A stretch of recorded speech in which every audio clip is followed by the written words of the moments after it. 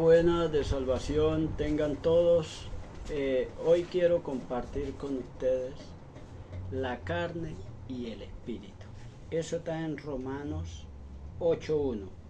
Ahora pues, ninguna condenación hay para los que están en Cristo Jesús, los que no andan conforme a la carne, sino conforme al espíritu.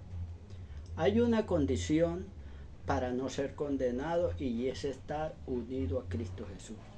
En 1 Corintios 6:17 dice: pero el que se une al Señor, un espíritu es con él.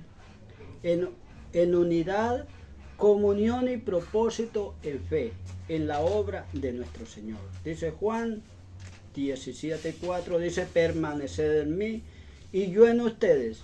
Como el pámpano no puede llevar fruto por sí mismo, si no permanece en la vid, así tampoco ustedes si no permanecen en mí. Permanecer en Él.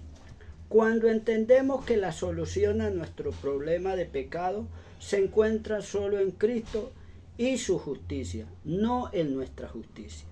Mateo 16:24 dice: entonces Jesús dijo a sus discípulos: si alguno quiere venir en pos de mí, niéguese a sí mismo, tome su cruz y sígame.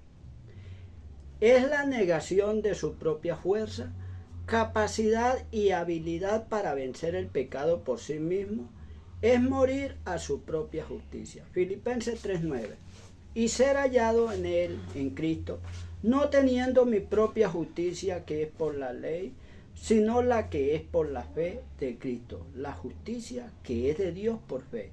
El ser hallado en unidad con Cristo, no teniendo mi propia justicia, que es por lo que hago para Dios, sino la justicia de la ley de obras que Cristo cumplió en mi lugar, y la justicia de Dios que hizo justicia de mis justicias al sacrificar a su propio Hijo en mi lugar. 2 Corintios 5:21 dice: el que no conoció pecado, por nosotros lo hizo pecado, para que nosotros fuésemos hechos justicia de Dios en él. Gálatas 2:21. No desecho la gracia de Dios, pues si por la ley fuese la justicia, entonces por demás murió Cristo. Si pudiéramos vivir para Dios con éxito por algún medio aparte de la ley de fe o el Evangelio, entonces la muerte de Cristo fue un desperdicio. Romanos 8:1, segunda parte. Los que no andan conforme a la carne, sino conforme al Espíritu. La carne es todo esfuerzo humano para santificarse a sí mismo, en un esfuerzo para vencer el pecado. Solo por el Espíritu Santo puede vencer la carne y vivir conforme al Espíritu.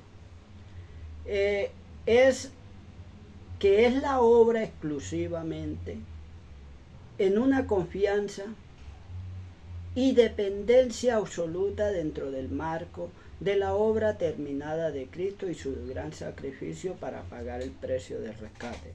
Cuando el Espíritu Santo convence a la persona de su incapacidad por su pecado, imposible de agradar a Dios por las obras, es consciente de que su única oportunidad y esperanza es confiar en la provisión de Dios, en el Evangelio. Dice: la fe en el Evangelio. Dios cumple su promesa de darnos las primicias del Espíritu Santo. Él produce en nosotros el amor genuino, la obediencia para amar a Dios y al prójimo, no para obtener la salvación, sino que es el fruto de una fe genuina. Y es esta misma fe que nos libra del pecado y de la muerte. Romanos 8:2. Dice: porque la ley del Espíritu de vida en Cristo Jesús me ha librado de la ley del pecado y de la muerte. La ley del Espíritu de vida en Cristo Jesús es la obra de nuestro gran Dios y Salvador, que nos libra del pecado y de la muerte por no cumplir la ley de obras. Dice Romanos 3:27, dice: ¿dónde pues está la jactancia? ¿Queda excluida por cuál ley? ¿Por la de las obras? Dice: no, sino por la ley de fe.